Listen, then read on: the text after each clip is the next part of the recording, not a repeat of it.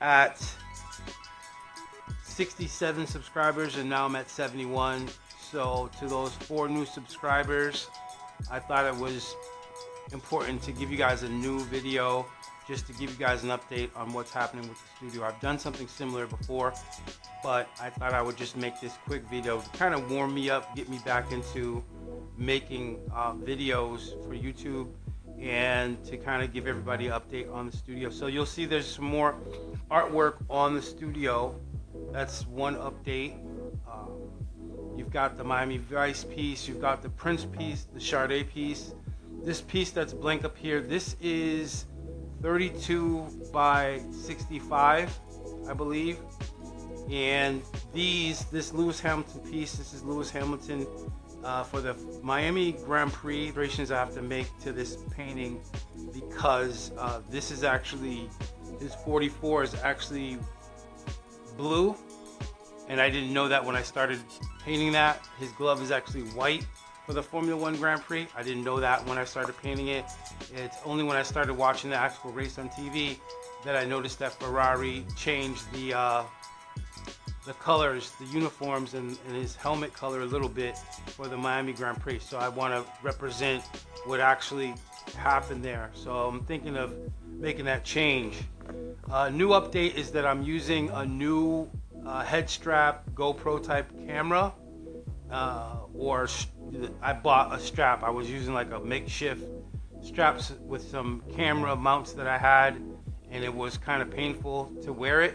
But now I bought a strap, so I'm in a better situation in terms of the equipment that I'm using. All right, so we're gonna go into the studio. This is like the display area, right? As I walk through, this is the display area, and yeah, it's a mess, but this place will be tremendous when I get to my goals of selling some artwork and then kind of remodeling this space. It'll be very, very minimal. This brown couch, which is just functional right now, but not aesthetic, obviously.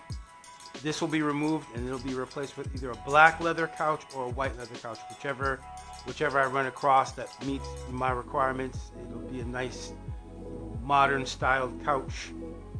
I've seen some that are really nice, but when I find the one that I like and the one that fits what I want to do, it will be in place. This whole area right here, there's a lot of junk, and it's less junk than I had, maybe a couple hours ago. I kind of cleaned up, but I just wanted to make a quick video. This is this frame right here you're looking at right here, and I make my own custom frames. If you've seen some of my other videos, I make these frames myself out of reclaimed wood. So this is I believe this is 40 by 54. This is 40 by 54. This is 40 by 60. Oh, this is 32 by 64. Now, I actually use this frame. I use this stretch canvas for my background when I do job interviews, right? And I'll get into that in a minute. But I haven't painted on this because I need this if I get called for an interview, just in case their video conferencing software doesn't have a background to switch out. Then I use this to switch out the background. So I'm gonna do like a little cleanup video and kind of get into what's been happening, what's going on, the storyline of this studio. This is Miami World Art. This is the actual production space. This is where I actually create the stretch frames.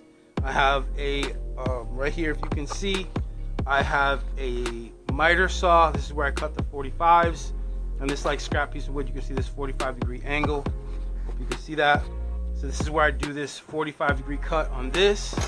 And this room is really terrible. I'm working on it, but I'm just being forthcoming. I'm telling you guys exactly how it is.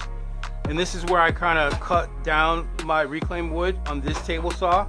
So I purchased these 2 pieces of equipment to do that. So, I was gonna mention that if you buy pre-stretched canvas at this size, again, this one right here you're looking at, this is an Art Deco piece that I'm doing. I don't know if you can see the outlines, but I've done an outline. It's just something I made up. It's just an Art Deco building on that you would commonly see in here in Miami or in South Beach, like a condo type Art Deco building.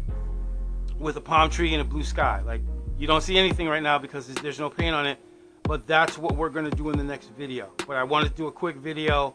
I'll just update you guys on what's going on. It's a little bit of a serious tone, and I want to get into that while I do like this cleanup, because I have a family member, and I don't want to get too personal, but I have a family member and I'm waiting for, that's going through a very serious medical situation, and I'm waiting for a phone call on an update. So this is kind of a really tough time, and it kind of ties into some of my other videos in terms of art block, because I've been experiencing this situation with my family member for a while now, with their situation, their medical situation, and it's been really tough because this is like a very close family member, very, very close. And to work and to create art when you're waiting for phone calls and updates on someone's condition, and you know the prognosis is not really awesome, not good. I don't want to get into personal business, but when the news you're going to get may not be good, it's hard to work in that situation. And I'm going to tell you why I'm mentioning that. And I'm not saying this to cry. I'm not saying this to, even though this is, I'm used to it now to some extent. It doesn't make it any easier to be used to it, but I'm saying this now to kind of help. You know, I'm saying this to help other artists. If you are not in a situation where you don't have something that's critical happening in your life and you just can't paint for some reason, get over it. Just try to get over it and get to painting. You know, like I've found out that when you're in motion, you feel emotionally better. That's why the word is called emotion.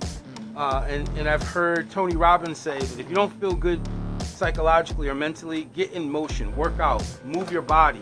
Because when you move your body, it affects your psychology and it makes you feel better. So move, right? And so I'm sacrificing how I feel right now to kind of give you guys that little tip. I'll make an analogy for this situation that I'm in, just so you can kind of gauge how I feel.